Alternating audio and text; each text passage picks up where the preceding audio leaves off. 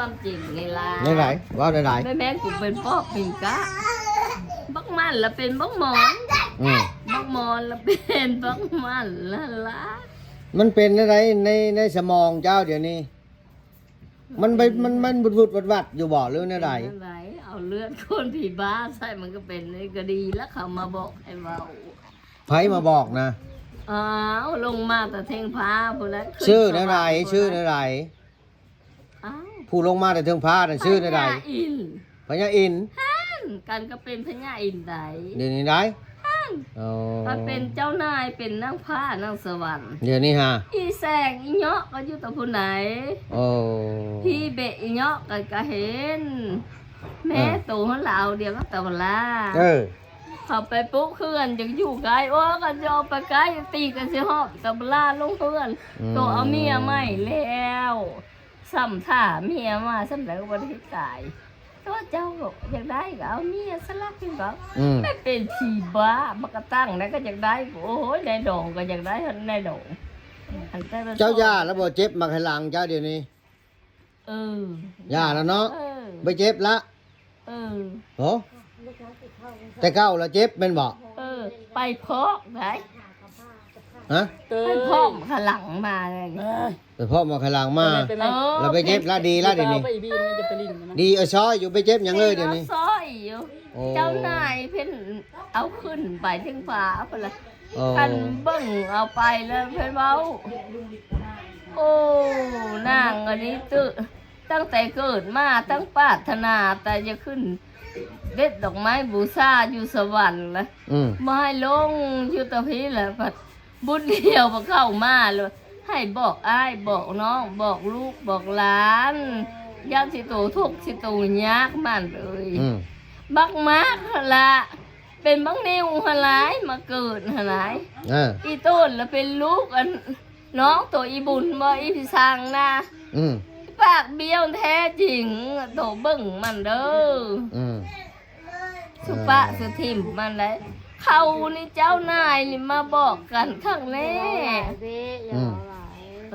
ยันเขาบอกฮู้นี่แหละยังไงพี่น้องอยู่ใสบักมอนนั่นแหละนั่นเป็นบักมันฮะ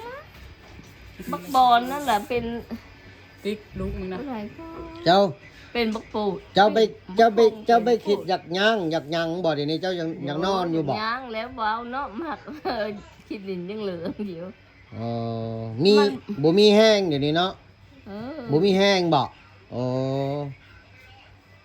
บ่มีแห้งแล้วคันเว้าหลายแห้งเมื่อยแล้วนั่นล่ะหากจะบอกลูกบอกหลานเนี่ยนะมันซื้อได้ไดมาเจ้าน่ะซื้อได้ไดเจ้าพญาอินได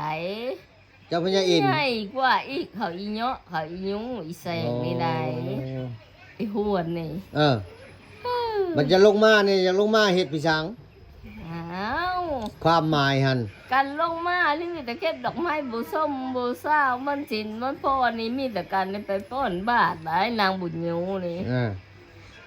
คันเว้าคนศีลคนธรรมลงมาอีหลีก็อยู่ได้ศีลกินได้ธรรมแล้วก็สู้เว้าหลาย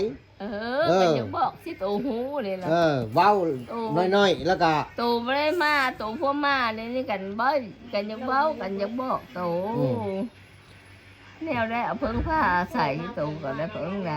กันไม่ลืมชาติพม่าพุ่นท่านแล้วคนใจบุญละเบ้อกันฮะก็คันว่าสิมาเทียมกับมาเทียมจบเจืออย่าเฮ็ดให้มาบอกซื้อมาบอกให้สิโตหูจักบอกแล้วสิไปทางไหนก็เมื่อสวรรค์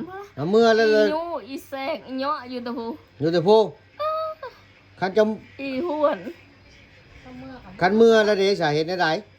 ห่างกายนี่เด้ห่างกายก็อยู่ในนี่ล่ะอยู่ในนี่แล้วมันสิบ่ตายสิบ่ซั่นบ่แหละเห็นบ่มันตายไปมันก็ยังลุกมาแล้วค่อยนี่นะฮู้แล้วค่อยแล้วนางบุญยูเกิดขึ้นมาแล้วมีแต่สร้างบุญกินทานไม่มีเงินหลายดอกสร้างเทื่อน้อยเทื่อเล็กหลายฮู้อยู่เฮ็ดบุญนะฮู้แล้วตายเพิ่นก็บ่เอาส่งคืนนั่นน่ะเดี๋ยวนี้เรามาเทียมนี่นะแล้วมาบอกลูกบอกหลานนะลูกหลานถึงเลขได้ก็ยืนแลมันหั่นน่ะยืนแลไผอย่าบอกผู้บอกนี่ล่ะนางบุญยูนี่แล้ว โอ้ โต คัน ได้ลายก็เอาให้เขาลายแหน่ อ่า หูนี่ไกลนี่ อ่า ใช้เป็นซื้อต้องมีเงินซื้อไอ้ โอ้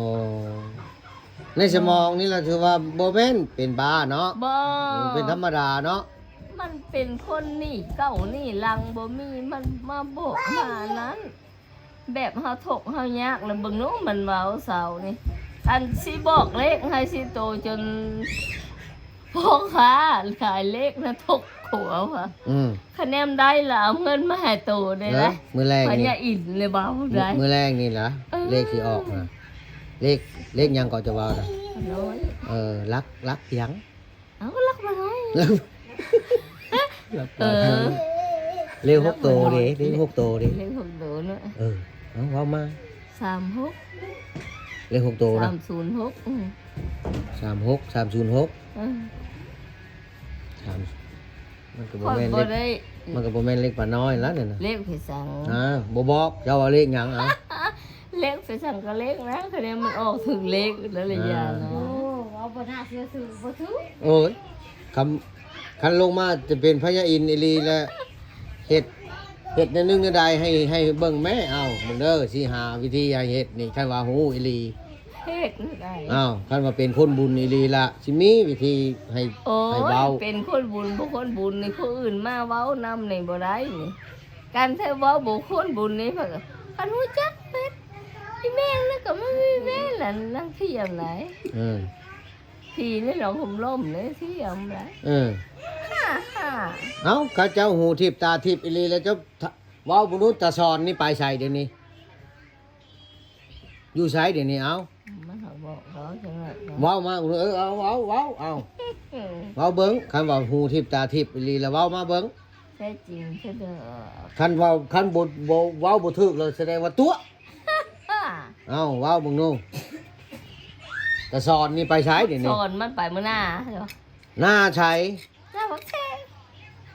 เฮ็ดหยังอยู่ตอนนี้ ไทยนะ ไถหน้าไถหน้าได้จะคลองละเอ้า พ่อพายหู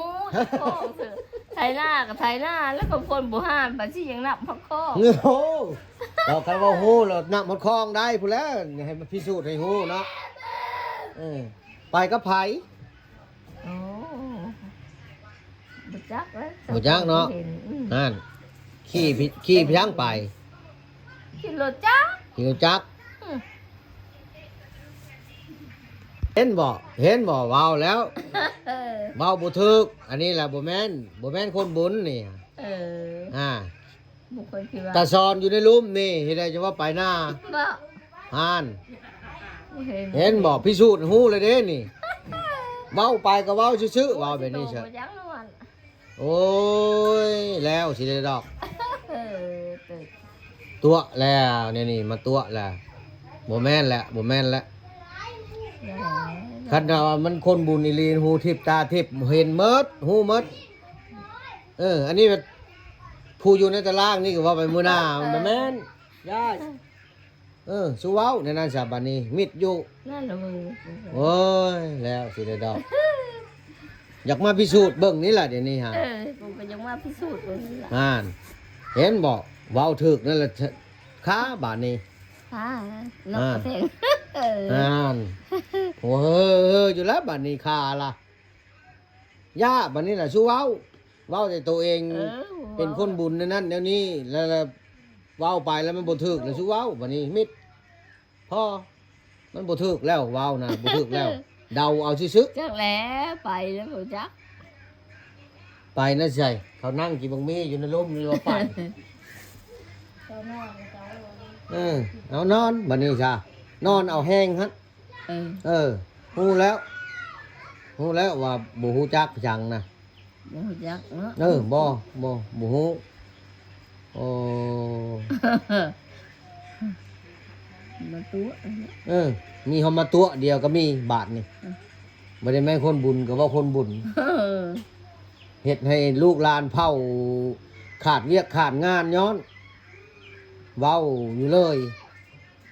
เขาก็รักไล่นะ บ่แม่นลักไล่ก็ลักไล่ก็แม่นเจ้านั่นหมดแหง เออ เว้าอยู่เลยแล้วก็เขาเจ้าก็บ่มีแห้ง ฮอดลูกเนี่ยลูกหลานก็บ่ได้ไปทางใดเลยในนั่งเผาอยู่ ของเนี่ยเว้าอยู่แบบอยู่นั่น เที่ยวหมากนะ นี่นี่มันแห้งลูกเกี๊ยวม้าบาทนี่ เงินลูกเดียว เออ ลาลูกคนเดียว ว่าหน้า เป็นเฮาโจมนี่ล่ะ2คนเป็นบ่แพ้ โอ้มีหมากสิแล้ว